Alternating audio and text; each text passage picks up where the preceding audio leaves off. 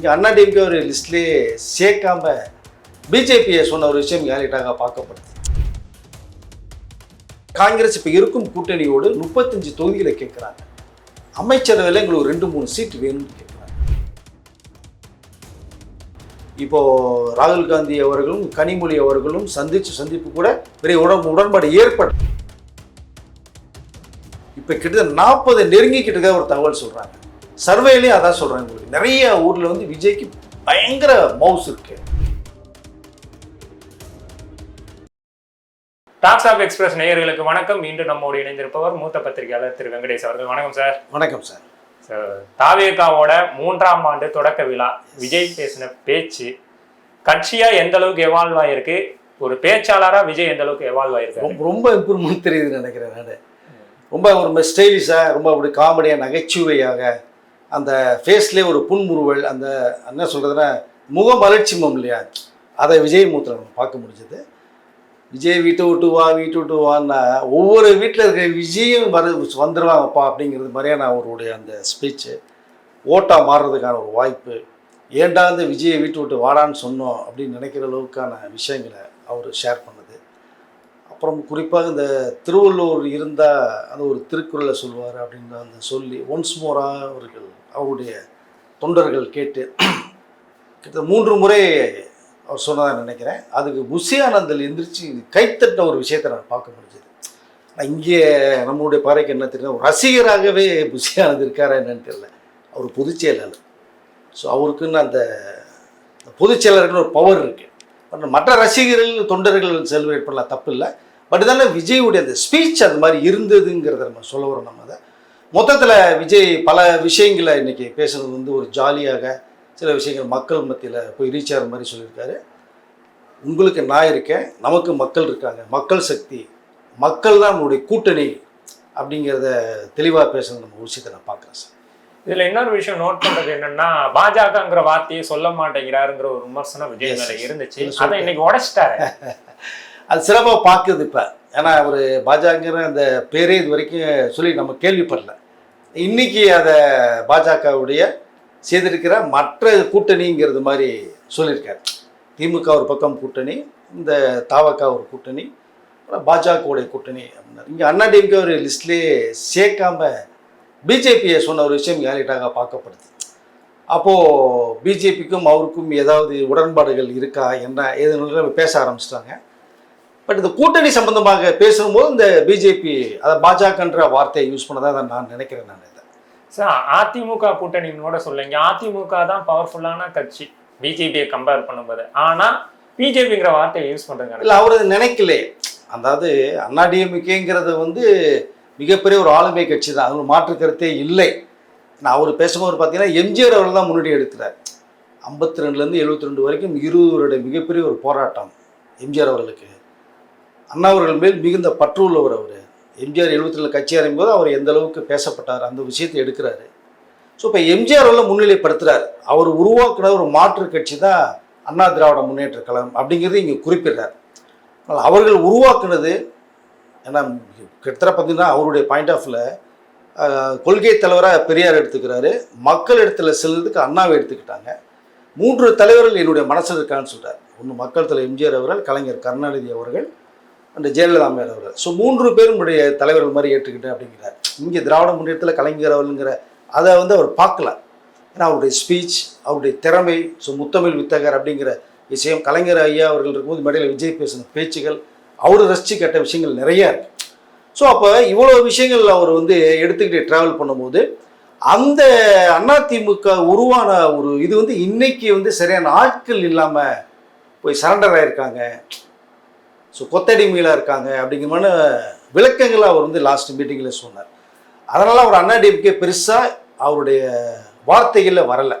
இங்கே என்டிஏல பிஜேபி இருக்குது, பாஜக அமைத்த கூட்டணி அப்படிங்கிற விஷயத்தை தெளிவுபடுத்திருக்காரு.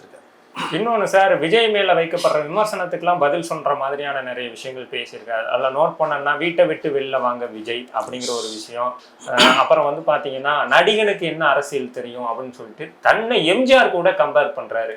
இதை எப்படி பார்க்குறீங்க? இல்லை, எம்ஜிஆர் வழியில் போகிறார். அவர் கம்பேர் பண்ணுறதுன்ற எடுத்துக்க வேண்டிய அவசியம் இல்லை. எம்ஜிஆர் அவர்கள் போட்ட அந்த ரூட் இருக்குல்ல, பாதை, மக்கள்கிட்ட எவ்வளோ செல்வாக்கு இருந்தது அவர்களுக்கு, படங்கள் மூலம் எவ்வளோ விஷயங்கள் கருத்துக்களை மக்கள் மனசில் பதிய வச்சார். அவருடைய அரசியல் வாழ்க்கை 13 வருடங்கள் அவர் அசைக்கவே 3 முறை அசைக்க முடியாத ஒரு ஆட்சி. இதை அவர் எடுத்துக்கிட்டு அவரை தலைவராக ஏற்றுக்கொண்டு எம்ஜிஆர் அவர்கள் போட்ட பாதையில் போறேன்னு தான் சொல்கிறார். எம்ஜிஆர் மாதிரி நான் கிடையாது, அதாவது எம்ஜிஆர் இருக்குங்கிற விஷயத்தை அவர் சொல்ல வரல, கம்பேரிஷன் அவர் பண்ணலை, என்னுடைய தலைவர் அப்படிங்கிற விஷயத்தை அவர் சொல்ல வர்றார். அப்படிதான் நான் பார்க்குறேன். ஏன்னா எம்ஜிஆருக்கு நடந்த எல்லா விமர்சனமும் எனக்கும் வருதுங்கிறாருல. அதுதான் கூத்தாடிகளுக்கு என்ன தெரியும், என்ன ஆட்சிமை தெரியும், என்ன மக்கள்கிட்ட பேசணுங்கிற விஷயத்தை எம்ஜிஆர் இருக்கும்போதே பேசுகிறாங்க. எம்ஜிஆர் என்ன வந்து ஆட்சி பண்ணார், 3 முறை அசைக்க முடியல அவரை அப்படிங்கிற விஷயத்தை எடுத்து சொல்கிறார். அப்போது எம்ஜிஆர் அவர்களுக்கே அது மாதிரி ஏற்பட்டுச்சு அப்படின்னா எனக்கு ஏற்படுறதுக்கு என்ன ஆகிடும், வரதான் செய்யும். இதை தாண்டி தான் நான் போய் ஜெயிச்சு மக்கள் மத்தியில் போய் ரீச் பண்ண முடியும். மக்கள் மேலே எனக்கு நம்பிக்கை இருக்குது, என் மேலே ஒரு நம்பிக்கை வச்சுருக்காங்க. அந்த கூட்டணி மக்கள் கூட்டணி, அதை மக்கள் ஆட்சி தான், அது விஜய் ஆட்சி கிடையாது அப்படிங்கிற மாதிரி விஷயங்களை வந்து ஒரு கூத்தாடிக்கு என்ன தெரியும்னு சொன்னதை காட்டினவர் எம்ஜிஆர் அவர்கள். என்னையும் அப்படி தான் சொல்கிறாங்க. ஸோ நான் எம்ஜிஆர் அவர் மாதிரி காட்டுவேன் அப்படிங்கிறது மாதிரியான ஒரு விளக்கத்தை தான் அவர் சொல்கிறாரு. மக்கள் மேலே நம்பிக்கை வச்சு சொல்கிறாரு விஷயத்தை, அதையும் சொல்கிறாரு. உங்கள் மேலே நம்பிக்கையில் தான் நான் பேசுகிறேன் அப்படின்ற. இப்போ விஜய் மேல இன்னொரு விமர்சனமும் வைக்கப்பட்டுக்கிட்டே வருது. என்னன்னு பாத்தீங்கன்னா, இவ்வளவு நாள் அதிமுக சைட்லேருந்து ஒரு கூட்டணி வாய்ப்பு அமையும், இல்லை வந்து பாத்தீங்கன்னா காங்கிரஸ் தன்னோட வந்துருவாங்க, இந்த மாதிரியான கூட்டணி வாய்ப்புகள்லாம் அமையும்னு சொல்லிட்டு இவ்வளவு நாள் வந்து அவர் அதிமுக காங்கிரஸ் பற்றிலாம் பேசாம இருந்தாரு. இப்போ எல்லா கதவுகளும் மூடப்பட்டிருக்கு, அதனால தான் மக்களோட கூட்டணி அமைச்சிருக்காரு அப்படிங்கிற ஒரு வார்த்தையை சொல்லி தப்பிக்கிறாருங்கிற ஒரு விமர்சனம் இருக்கு. அப்படிலாம் கிடையாதுங்க. அவர் வந்து பேசுறது என்னன்னா முன்பே சொல்லிட்டார் விஷயத்தை, அது கொஞ்சம் லேட்டாக இப்போ சொல்லியிருந்துருக்கலாம். பட் அவர் மனசில் எதுவுமே கிடையாது, வச்சுட்டு பேச மாட்டார் அவர்கள். ஸோ ஆட்சியில் பங்கு, அதிகாரத்தில் பங்கு, கூட்டணியில் உங்களுக்கு ரெட் கார்பெட் போட்டு முன்னாடியே சொல்கிறார் வேறு. பட் ஒன்றும் இல்லை, இப்போவும் ஒரு தேசிய கட்சி காங்கிரஸ் அவர்கள் இன்னும் வெயிட் பண்ணிட்டு தான் இருக்காங்க. இன்னவர்கள் கூட்டணியை உறுதிப்படுத்தலை. அண்ணாடிஎம்கேயோட கூட்டணினா பிஜேபி அல்லாத கூட்டணி அண்ணா திராவிட முன்னேற்ற இருந்தால் அவரோட இடையில வாய்ப்பு நிறைய இருக்குன்னு பேசப்பட்டு வெயிட் பண்ண ஒரு பீரியட் இருக்குது, அது உண்மைதான். பட் அவர்கள் பிஜேபியோட ஒன்றா சேர்ந்துட்டாங்கன்ற கருத்து வந்ததுக்கு பிறகு, செய்தி வந்ததுக்கு பிறகு தான் இவர் அண்ணாடிஎம்கே லாஸ்ட் டைம் வந்து அடிமையாக போய் சரண்டர் ஆகிட்டாங்க அப்படின்னு விஷயத்த உடைச்சார். அப்போ அண்ணாடிஎம்கோட கூட்டணி இல்லைங்கிற விஷயத்த போட்டு க்ளோஸ் பண்ணிட்டார். இப்போது இவர் வந்து வெயிட் பண்ணுறது காங்கிரஸ் ஒரு பக்கம் வரும்ன்ற ஒரு நம்பிக்கை இருக்குது. காங்கிரஸ் மேலே மிகுந்த பற்று உள்ளவர் அவர். தமிழகத்தில் காங்கிரஸில் மிகப்பெரிய ஒரு செல்வாக்கு இருக்குது, இன்னமும் இருக்குது. ஸோ அதனால் காங்கிரஸ் என்ன பண்ணுறாங்கன்னா இன்னும் கூட்டணியை உறுதிப்படுத்தலாம். அவங்க ஏற்கனவே திராவிட முன்னேற்ற கழகத்தில் இருக்கிற அந்த கூட்டணியை உறுதிப்படுத்தாமல் இருக்காங்க. அதற்கு காரணம் விஜய்ங்கிற அந்த ஒரு சென்டர் பாயிண்ட் அங்கே கிடைச்சிருக்கு அவங்களுக்கு சில விஷயங்களை பேசுறதுக்கு. இப்போ 67க்கு பிறகு காங்கிரஸ் தமிழகத்தில் ஒன்றுமே பிரகாசமாக ஒன்றுமே இல்லை. ஆட்சியில் ஒரு அமைச்சர் போஸ்ட் கூட வாங்க முடியல தொடர்ந்து, இல்லையா? அப்போ இது ஒரு சரியான சந்தர்ப்பம்னு பார்க்குறாங்க. விஜய் கூட சேர்ந்தால், டிவிக்கு காங்கிரஸ் சேர்ந்தால் மிகப்பெரிய ஒரு மாஸ் வரும். உங்களுக்கு தமிழக கட்சி இல்லாமல் ஒரு தேசிய கட்சி சேர்றது போது வெயிட் அதிகம், உங்களுக்கு அது மக்கள் பார்வைக்கு சிறந்ததாக பார்க்கப்படும். அதனால தான் காங்கிரஸ் இப்போ இருக்கும் கூட்டணியோடு 35 தொகுதிகளை கேட்குறாங்க. அமைச்சரவையில் எங்களுக்கு 2-3 சீட் வேணும்னு கேட்குறாங்க கம்பல்சரியாக.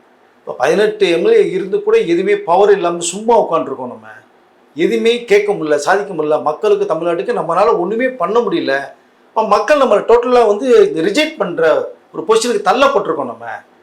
அப்போ நம்மளுடைய வாய்ஸ் ஓங்கி இருக்கணும் அப்படின்னா இப்போ இருக்கிற வெளியில் வந்துட்டு விஜய் கூட சேரணுங்கிறதா ஒட்டுமொத்த கருத்தாகவே இருக்குது. இப்போ அதன் விளைவாக தான் இப்போ காங்கிரஸ் வந்து மேலிடம் வந்து திராவிட முன்னேற்ற கழகத்தில் தொகுதியில் அதிகம் வேணும், ஆட்சியில் பங்கு வேணும் அப்படிங்கிற ஒரு விஷயத்தை கேட்டுட்ருக்காங்க. ஸோ அதிகாரத்திலே பங்கு வேணும்னு கேட்டுட்ருக்காங்க. அது இங்கே மறுக்கப்பட்டுக்கிட்டு இருக்கு. எந்த பங்குமே கிடையாது. ஏன்னா இப்போ கொடுத்த ஒரு தொகுதியில் 2-3 சீட்டு கொடுத்தா ஒரு 25 தொகுதியில் மட்டுமே தரப்படக்கூடும் அப்படிங்கிற அளவுக்கு தான் அங்கே ஒரு நிலவரம் போய்கிட்டு இருக்கு. இப்போது ராகுல் காந்தி அவர்களும் கனிமொழி அவர்களும் சந்திப்பு கூட பெரிய உடன்பாடு ஏற்படலை. இப்போ அங்கே ஒரு ஆஃபர் கொடுத்துருக்காங்க. அது வந்து கிடைத்தால் அங்கே இருப்பாங்க, கிடைக்கலன்னா கண்டிப்பாக இந்த மாதம் கூட டைம் எடுத்துக்க வேண்டியதில்லை. இன்னும் இஞ்சி போனால் ஒரு வாரத்துக்குள்ளே கூட காங்கிரஸ் வந்து டிவிக்கோட கூட்டணி வாய்ப்புகள் நிறையா இருக்குது. சார், இதில் இன்னொரு விஷயம் எல்லாருமே மிக முக்கியமாக நம்ம நோட் பண்ண வேண்டிய ஒரு விஷயம் என்னன்னு பார்த்தீங்கன்னா, விஜய் அவர்கள் இந்த கூட்டணி ஆட்சி, அதாவது ஆட்சியிலும் அதிகாரத்திலும் பங்கு தர்றேன் அப்படின்னு சொன்னது தமிழகத்தில் ஒரு மிகப்பெரிய ஒரு இந்த மாதிரி எல்லா கட்சிகளும் கேட்கறதுக்கான ஒரு சூழலை உருவாக்கி விட்டாரா விஜய்? ஆமாங்க, அதுதான் சொல்கிறேன் இல்லையா. இப்போ விஜய்ங்கிற ஒரு ஒரு நடுவில் இந்த பிம்பம் இருக்கிறதுனால தான் எல்லாருடைய பார்வையும் கொஞ்சம் உயர்ந்து போயிருக்கு. இப்போ நம்ம அப்படியே இருக்கணும், கொடுத்து தான் வாங்கிக்கிறோம், இந்த கட்சி அந்த கட்சி கொடுத்து தான் வாங்கிக்கிறோம், ஏதோ 10ஓட 12 தமிழகத்தில் இருக்கும் அப்படிங்கிற ஒரு நிலவரத்தில் இருக்காங்க இல்லையா மற்ற கட்சிகள் எல்லாமே. இப்போ திருமாவளவன் அவர்கள் கூட இருக்கிற கூட்டணியோட அமைச்சர் பதவி வேணுங்கிற அளவுக்கு ஒரு பேசப்பட்ட இருக்கிற ஒரு தகவலும் வருது நமக்கு. அது உறுதி செய்யப்படல. பட் அப்படி ஒரு பேசுகிற வாய்ப்பை உருவாக்கியிருக்காருல விஜய். அதனால தானே இப்போ காங்கிரஸ் பேசிட்டு இருக்காங்க உங்களுக்கு. அதை இப்போ அந்த இடத்துல விஜய் நிற்கிறார். அப்போ அந்த விழிப்புணர்வை மற்றவர்களுக்கு வந்து விஜய் ஏற்படுத்தியிருக்கார். அப்படிதான் நம்ம பார்க்க முடியும். அடுத்த மாநாடு அது ஏறக்குறைய ஒரு பொதுக்கூட்டமா மாநாடாங்கிறது தெரியல, மிகப்பெரிய ஒரு ஏற்பாட்டில் பண்ணிட்டு இருக்காங்க. என்ன மாதிரியான விஷயங்கள்லாம் தாவேகா சைட்லேருந்து பண்ணியிருக்காங்க? இல்லை, டிசம்பர் 18க்கு ஈரோடு நடந்ததுக்கு பிறகு அவர் இது வரைக்குமே எதுலேயும் மக்களை போய் சந்திக்கலை. அதுக்கு காரணம் ஜனநாயகம் படத்தினுடைய சில பிரச்சனைகள், அப்புறம் சிபிஐ விசாரணைகள், அந்த பிரச்சனைகள் ஓடிட்டு இருந்தது. இப்போ தான் ஃப்ரீ ஆனார். இப்போ 3வது ஆண்டு தொடக்க விழா இன்னைக்கு நடந்து நீங்கள் பேசுனது நிறைய விஷயங்கள் நம்ம பேசியிருக்கோம், பார்த்துருப்பீங்க, எல்லா பேர் பார்த்துருப்பாங்க. இப்போ வேலூரில் இந்த பிப்ரவரி 2வது வாரத்தில் அங்கே அது போகிறது பொதுக்கூட்டம் மாதிரி தான், மாநாடு மாதிரி நடக்கிற வேலைகள் நடந்துகிட்டு இருக்கு. கிட்டத்தட்ட ஒரு 25-30 ஏக்கரில் வந்து உங்களுக்கு அந்த இடத்த சுத்தம் பண்ணிட்டு இருக்கிற வேலையை இப்போ ஆரம்பிச்சிட்டாங்க. டிவிக்கு நிர்வாகிகள், வேலூர் டிவிக்கு நிர்வாகிகள் எல்லாமே வந்து பண்ணிகிட்டு இருக்காங்க. இந்த காரு பைக்கு பஸ்ஸு எல்லாம் நிப்பாட்டுறதுக்கான அங்கிட்டு ஒரு 50 ஏக்கர் மாதிரி அந்த பக்கம் ஒரு வேலை நடந்துக்கிட்டு இருக்கு. அதில் மக்கள் சந்திப்பில் இந்த வேலூர்லேருந்து அவருடைய என்ன சொல்கிறதுனா தீயான ஒரு பிரச்சாரத்தை வந்து ஆரம்பிக்கிற மாதிரி இருக்கு. இன்னொன்று சார், விஜய் மேலே வைக்கப்படுற விமர்சனம் ப்ரெஸ்ஸை சந்திக்க மாட்டேங்கிறாரு. அப்புறம் இந்த NTTV அந்த இதில் கூட அவர் பேசுனதுக்கான எந்த எவிடன்ஸும் இல்லை. அவர் பேசுனதை கேட்டுட்டு வந்து 4 பேர் பேசுகிறாங்க, இது ஒரு PR டீம் மாதிரி இருக்குங்கிற விமர்சனம்லாம் வைக்கிறாங்களே சார். இல்லை, அது NDTVயோட குரூப் என்னென்னா விஜயை சந்திக்கிறதுக்கு தான் ஒரு அப்பாயின்மெண்ட் கேட்டு போனதான் ஒரு தகவல் வருது. அதில் வீடியோ எடுக்க கிடையாது, வாய்ஸ் ஓவர் கிடையாது. நம்ம வந்து இப்போ நான் பத்திரிகையில் முன்பு ஒர்க் பண்ணும் போதெல்லாம் விஜய் அவர்களை சந்திக்கும் போதும் சரி, ரஜினி அவர்களை சந்திக்கும் போதும் சரி, ஒரு நோட்டு பேனாலும் கையில் வச்சுட்ருக்கோம்.